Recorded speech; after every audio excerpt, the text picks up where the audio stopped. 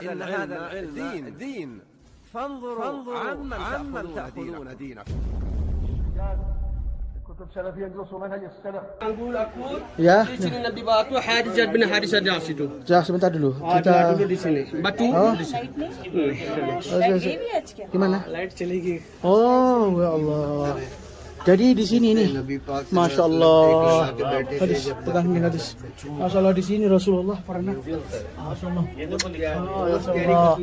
Jadi disitulah Rasulullah Sallallahu Alaihi Wasallam. Rasulullah Sallallahu Alaihi Wasallam, saudara ya, pernah sikutnya. Jadi, nah nih, sikutnya Rasulullah pernah ini di apa namanya pernah bersandar di sini sehingga batu ini membekas. Ya, Masya Allah. Tabarakallah nih. Silakan, Ustaz. Itu adalah batu yang pernah pernah disandari. Tuh. Lihat tuh. La nahna ma fi sujud basa. Kita hanya mencium di situ, tidak sujud ya. Mohon maaf saya jelaskan juga, ini kami bukan menyembah batu, bukan sujud ya Ustaz ya. Jelaskan ya, bukan sujud, akan tetapi kita itu hanya mencium saja ya. Mencium saja ya. Itu adalah salah satu kerinduan kami kepada Rasulullah sallallahu alaihi wasallam ya. Bukan. Bismillahirrahmanirrahim. Assalamualaikum warahmatullahi wabarakatuh. Alhamdulillah wassalatu wassalamu ala Rasulillah wa ala alihi wa ashabihi wa man tabi'ahum bi ihsanin ila yaumil wa ba'd. Ikhwatal iman rahimani wa rahimakumullah. Betapa seringnya kita mendapatkan sebagian besar kaum muslimin mereka melakukan amalan-amalan yang notabene-nya amalan tersebut berbau kesyirikan, namun mereka tidak sadari. Entah karena tidak ada ustadz yang membimbing mereka, yang selama ini membimbing mereka tentang ilmu tauhid dan perkara-perkara amalan yang bisa membuat mereka terjatuh dalam kesyirikan. Ataukah mereka selama ini ikut kajian, namun kajian yang disampaikan tidak pernah menyinggung dan membahas perkara-perkara yang berkaitan tentang tauhid dan kesyirikan kepada Allah Subhanahu wa taala.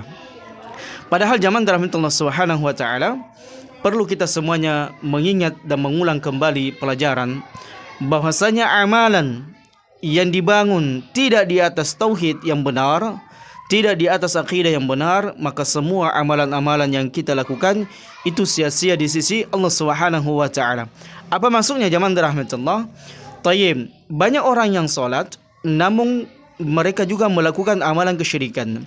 Banyak orang rajin beribadah, melaksanakan ibadah umrah, atau dia mungkin sering melaksanakan ibadah haji. Bersamaan dengan itu, dia terjatuh dalam kesyirikan. Banyak orang berdoa, namun mereka tidak berdoa kepada Allah Subhanahu wa taala. Justru mereka berdoa di tempat-tempat tertentu atau kuburan-kuburan tertentu yang dikeramatkan, yang diwalikan, yang diagungkan, yang dihormati. Kata mereka, ini adalah kuburan orang-orang soleh. Maka semua perkara-perkara ini zaman rahmat Allah Subhanahu wa taala perlu kita harus tegaskan, perlu kita harus jelaskan kepada kaum muslimin bahwa semua amalan ini adalah amalan yang bisa membuat seseorang itu terjatuh dalam kesyirikan, dan ketahuilah dosa syirik ini tidak ada ampunannya di sisi Allah Subhanahu wa taala. Meskipun orang itu banyak amalannya, namun kalau berbuat kesyirikan, semua amalannya ini akan sirna. Ketahuilah zaman rahmatullah ya, sebagaimana dalam sebuah hadis yang diriwayatkan oleh sahabat yang mulia, bahwasanya Nabi sallallahu alaihi wasallam suatu ketika menyampaikan ada seseorang yang dimasukkan ke dalam syurga Allah Subhanahu wa taala disebabkan karena seekor lalat. Mungkin seekor lalat ini tidak nilainya, tapi seseorang ini yang melakukan tauhid kepada Allah Subhanahu wa taala, tidak mau memberikan sesembahan kepada selain daripada Allah Subhanahu wa taala, maka dia masuk ke dalam syurga Allah Subhanahu wa taala. Dan ada orang yang masuk ke dalam neraka karena Thubabah, karena seekor lalat juga, di mana dia menyembahkan, memberikan persembahan, sesajian kepada Tuhan atau sesembahan yang disembah penduduk suatu tempat yang dilewati, yang kemudian dia mati dan dia pun masuk ke dalam neraka Allah Subhanahu wa taala karena seekor lalat. Dan Allah Subhanahu wa taala menjelaskan kepada kita semuanya tentang bahaya kesyirikan ini. Innallaha la yaghfiru an yushraka bi wa yaghfiru ma duna dzalika liman yasha. Sesungguhnya Allah Jalla wa'ala tidak akan pernah mengampuni dosa selain syirik, dan Allah Subhanahu wa taala mengampuni dosa syirik. Dan barang siapa yang datang dengan kesyirikan, ketika dia meninggal nanti di hadapan Allah Subhanahu wa taala, maka semua amalannya ini akan sirna, amalannya akan tertolak, akan hilang begitu saja, dan mereka kekal dalam neraka dan tidak ada yang bisa menolongnya. Allah Subhanahu wa taala menyebutkan kebanyakan orang-orang yang beriman kepada Allah, beribadah kepada Allah, bersamaan dengan itu mereka melakukan kesyirikan kepada Allah Subhanahu wa taala. Sebagaimana firman Allah, "Wa ma yu'minu aktsaruhum billah illa wa hum musyrikun." Dan tidak ada yang beriman kebanyakan di antara mereka kepada Allah Subhanahu wa taala kecuali di keimanan mereka ini tercampuri dengan kesyirikan. Hal-hal yang berbau kesyirikan, apakah yang berkaitan dengan perdukunan, berkaitan dengan kuburan, berkaitan dengan tempat-tempat tertentu. Ya, sebagaimana kita lihat zaman rahmatullah tayangan video tadi, di mana kaum muslimin yang melaksanakan ibadah umrah itu kemudian mendatangi sebuah tempat yang menurut mereka tempat ini, ya, di mana batu tersebut pernah disandari Nabi sallallahu alaihi wasallam, sehingga mereka pun mencium, kemudian sampai sujud, na'udzubillahi min dzalik, mencium sampai sujud, memberikan pengagungan, ta'zim, penghormatan kepada batu tersebut.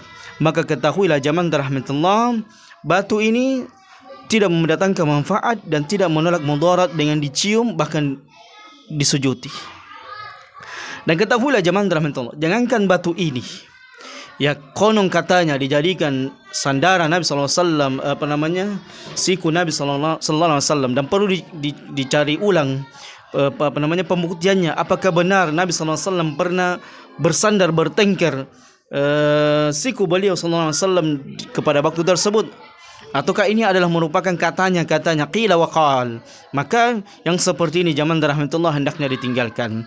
Jangankan batu ini, Hajar Aswad saja yang mungkin lebih mulia batu Hajar Aswad daripada batu tersebut, di mana batu ini, ya, suatu ketika Umar radhiyallahu taala anhu menciumnya, ya, dan beliau kemudian radhiyallahu taala anhu berkata kepada batu tersebut, "Inni la'alamu annaka hajarun la tadur wa la tanfa'." Sesungguhnya saya mengetahui bahwasanya kamu ini hanya sebuah batu. La tadur wa la tanfa'. Kamu batu tidak bisa mendatangkan manfaat, tidak bisa mendatangkan mudarat, dan tidak bisa memberikan manfaat. Tidak bisa menolak mudarat dan tidak bisa mendatangkan manfaat. Walaula anni ra'aitu an-nabiy sallallahu alaihi wasallam yuqabbiluka ma qabbaltuk.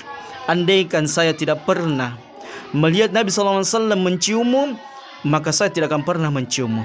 Lihat zaman rahmatullah bagaimana Umar ibn Khattab radhiyallahu taala anhu sangat kritis untuk memberikan ta'zim kepada sesuatu, hatta kepada Hajar Aswad. Kata Umar, andaikan saya tidak pernah melihat Nabi SAW menciummu, maka saya tidak akan pernah menciummu. Artinya apa zaman rahmatullah? Umar mencium Hajar Aswad bukan pengagungan terhadap batu tersebut, sebab Umar tahu engkau batu tidak bisa mendatangkan, tidak bisa menolak mudarat dan tidak bisa mendatangkan manfaat. Jadi Umar radhiyallahu taala anhu itu tidak mencium Hajar Aswad untuk mengagumkan Hajar Aswad. Ini harus dipahami zaman rahmatullah. Umar ibn Khattab tidak mencium Hajar Aswad untuk mengagumkan Hajar Aswad. Akan tetapi Umar ibn Khattab radhiyallahu taala anhu mencium Hajar Aswad sebagai apa? Pengagungan ittiba Nabi sallallahu alaihi wasallam. Pengagungan bahwasanya Nabi sallallahu alaihi wasallam pernah menciumnya, sehingga Umar pun mencium Hajar Aswad untuk mengikuti sunnah Nabi sallallahu alaihi wasallam. Taib. Dan dalam riwayat yang lainnya, ketika Umar melewati rukun Yamani, beliau kemudian mengatakan, "Amma wallah, adapun aku demi Allah Subhanahu wa taala, inni la'alamu annaka hajar." Sesungguhnya kamu ini hanya batu. La tadur wa la tanfa'. Tidak mendatangkan mudarat dan tidak bisa memberikan manfaat. Walaula anni ra'aitu Rasulullah sallallahu alaihi wasallam istalamaka ma istalamtuk. Andaikan Nabi sallallahu alaihi wasallam tidak pernah memberikan isyarat, memberikan salam kepadamu, ya, istalamaka, menyentuhmu, kemudian membasuhmu, ma istalamtuk, maka saya pun tidak akan pernah memberikan salam kepadamu. ini menunjukkan zaman rahmat Allah, Umar ibn Khattab radhiyallahu taala anhu tidak mengagumkan sesuatu yang berkaitan dengan peribadatan yang diajarkan oleh Nabi sallallahu alaihi wasallam, melainkan Umar ibn Khattab itu hanya mengikuti sunnah Nabi sallallahu alaihi wasallam. Dan beliau menyampaikan, batu kamu batu, tidak bisa menolak mudarat dan tidak bisa mendatangkan manfaat. Maka bagaimana dengan batu yang katanya itu ada tempat sandaran siku Nabi sallallahu alaihi wasallam?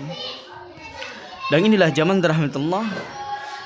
Kalau dari tempat ini saja, tempat yang negeri tanah suci Al-Haramain Makkah dan Madinah ini, masih saja orang memungkinkan untuk melakukan kesyirikan. Padahal ya, kerajaan Arab Saudi itu sangat dan sangat menjaga jangan sampai kaum muslimin melakukan amalan kesyirikan, punya keyakinan batil yang berkaitan dengan sesuatu, seperti hanya misalnya Jabalur Rahmah, kemudian Gua Hira, kemudian apa lagi, tempat-tempat tertentu, kemudian kiswah Ka'bah, pasir tanah haram. Mereka kemudian banyak melakukan hal-hal yang menurut mereka sesuatu yang bisa mendatangkan keberkahan, sesuatu yang bisa mendatangkan manfaat dan menolak mudarat.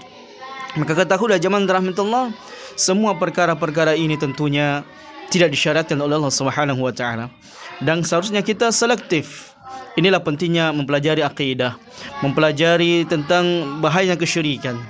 Dan banyak ketika kalau antum ingin mendapatkan faedah dari ilmu-ilmu tauhid adalah belajar dari kitabnya Syekh Muhammad Ibn Abdul Wahab yang banyak disyarah oleh para ulama.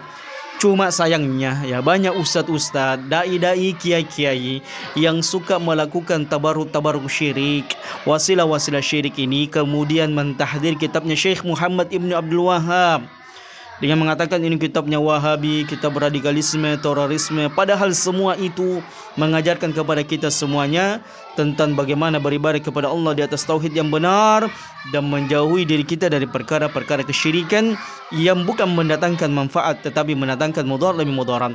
Maka bagaimana lagi negeri-negeri kaum muslimin, di sana banyak kuburan-kuburan tertentu yang dikeramatkan, tempat-tempat tertentu yang mereka mendatanginya, berdoa di tempat tersebut, padahal mereka rajin salat, mereka rajin bersedekah, mereka rajin beribadah sunnah-sunnah yang lainnya. Tidak ditanya mereka adalah orang yang kuat ibadahnya.